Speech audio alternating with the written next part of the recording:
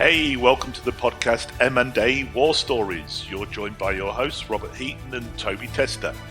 Each week we walk through our experiences of M&A projects where we've been involved, and we unpack the good, the bad and the ugly. Our purpose is simply to leave you with valuable lessons that you can use in your M&A projects. And so let's not waste any more time and get this podcast underway. Hey, thank you for joining today's podcast. We've got a very special guest here today. We are joined by Ted Leverette, the business buyer advocate. And Ted is based in Beach County, Florida. Is that correct, Ted? Yes, Palm Beach County, Florida. That sounds wonderful. Nice weather over there, I guess. And welcome to this podcast. Now, you've got a really interesting topic to talk about. In my technology days, when anybody said creative financing, that meant you were doing something slightly offhand in terms of putting suspicious numbers together to prove a business case or something to that effect. But in your case, I think that's got a very positive connotation. And this is the company that you did some work with. They didn't have sufficient cash for a deposit on the deal to go through. And you used some creative financing to actually provide a resolution that was beneficial to everybody concerned. Is that a good summary, Ted? Yeah, I represented the buyer and we wanted to buy the company, but didn't have the seller's requirement for a down payment. And so we Right. came up with what we thought was a creative way to get it done. Terrific. Look, let me just stop talking and let you walk through the story, because I think this is a terrific one, and I think a lot of people listening will get some great thoughts and some great value out of this. The key here is all the creative stuff happened after completion of the deal.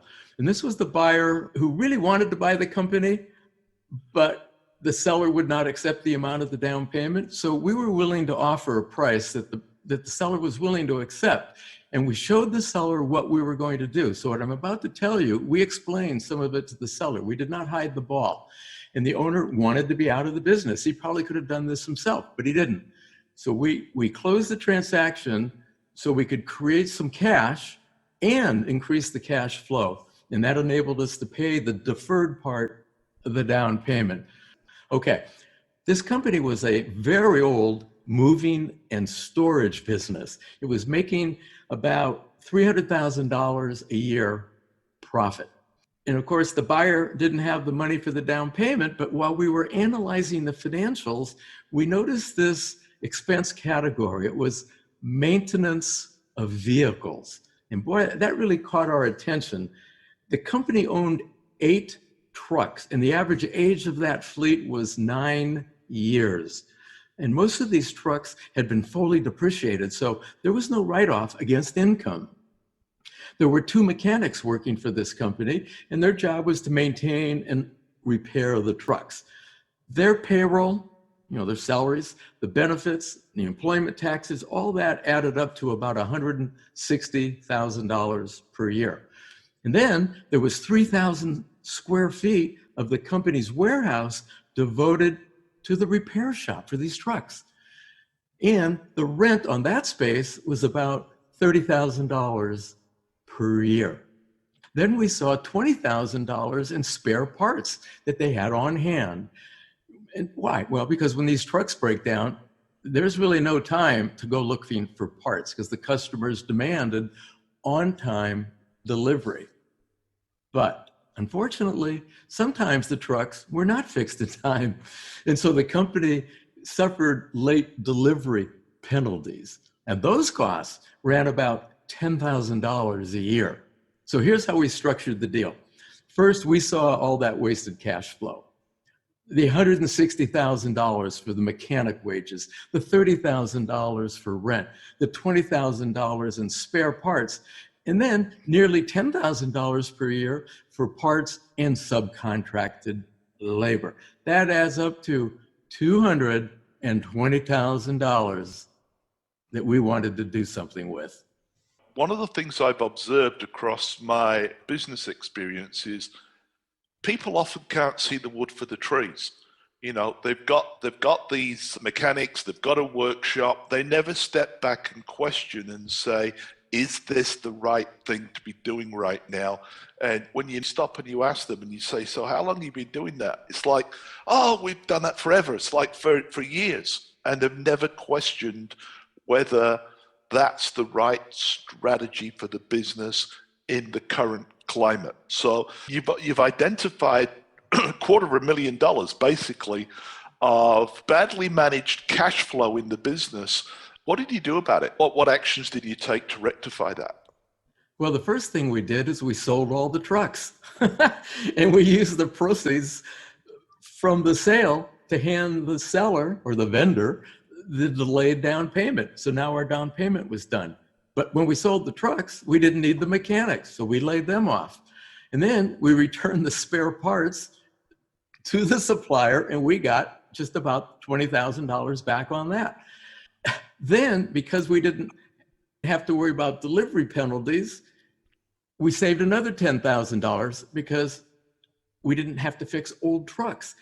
And when we freed up 3,000 square feet of the wasted space where the mechanics were and all the parts were, we then changed it to a revenue producing location.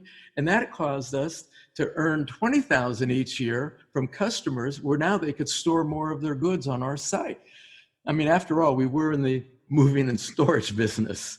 So what happened is we increased the cash flow of the business $250,000 a year. And that's about $21,000 a month.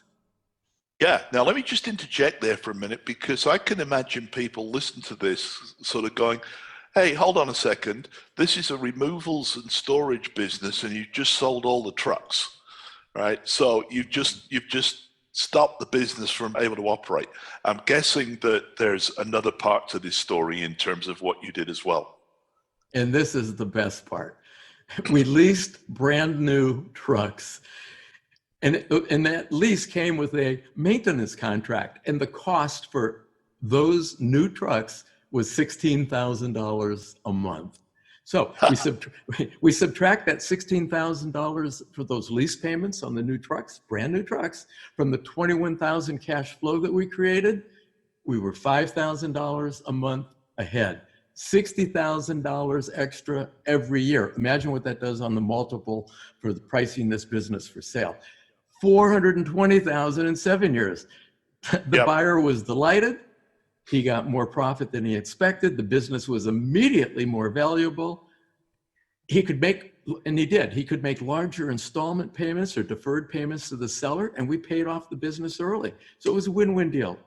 That is a great story. I love it. And when you start to add up those numbers, you know, $60,000 every year of surplus generated cash in the business is one hell of an achievement. And it's creative thinking from the point of view of looking at assets of the business and recognizing that there's other ways those assets can be used and leveraged. That's a brilliant story, and I'm sure it's going to get everyone's attention. From your point of view, Ted, if we close off on this, what's the three takeaways that you would recommend people think about? This company was making $300,000 a year net taxable profit before we got there. So we were just lucky that this owner really wanted to be out, who would let us do this, because he should have done it all himself and we would have ended up paying several $100,000 more for the business. So here's some lessons that I think we learned. We didn't have to borrow any money. We didn't have to ask for permission. They could have done it themselves by spinning off this small part of the business. You know, it's called a partial divestiture of a business unit. They could have done it.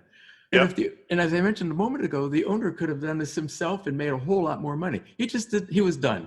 And the other thing that we liked about it as buyers is the company was more simple to operate now. We didn't have to cope with all the repair mess and unreliable trucks. You know what? Any of these kinds of deals are possible if you understand creative financing. People who know how to do these deals, they do them every day. That's cool. And, you know, from my point of view, it's reinforced the view that I've long held that business owners, because they're in the business every day. They walk in every morning and that's what it looks like. And there's the workshop over there and there's the office over here. And they become clouded by what's around them. They don't see what other people will often see when they walk in. And that's sometimes all it needs is a fresh pair of eyes. And a friend of mine calls this hidden treasure. And that's exactly what that is. Ted, it has been a pleasure talking to you this morning. Really grateful for your story. We'll put your details up there. Do you mind if people reach out to you if they want to after we publish this story? Oh, I hope they do. Find me on LinkedIn. I'm Ted Leverette, or go to my website, partneroncall.com. Terrific, Ted. Hey, I really appreciate your time today. Enjoy your evening, I think it is, in Florida now. And we shall call that a wrap and say bye for now. Excellent. Thank you.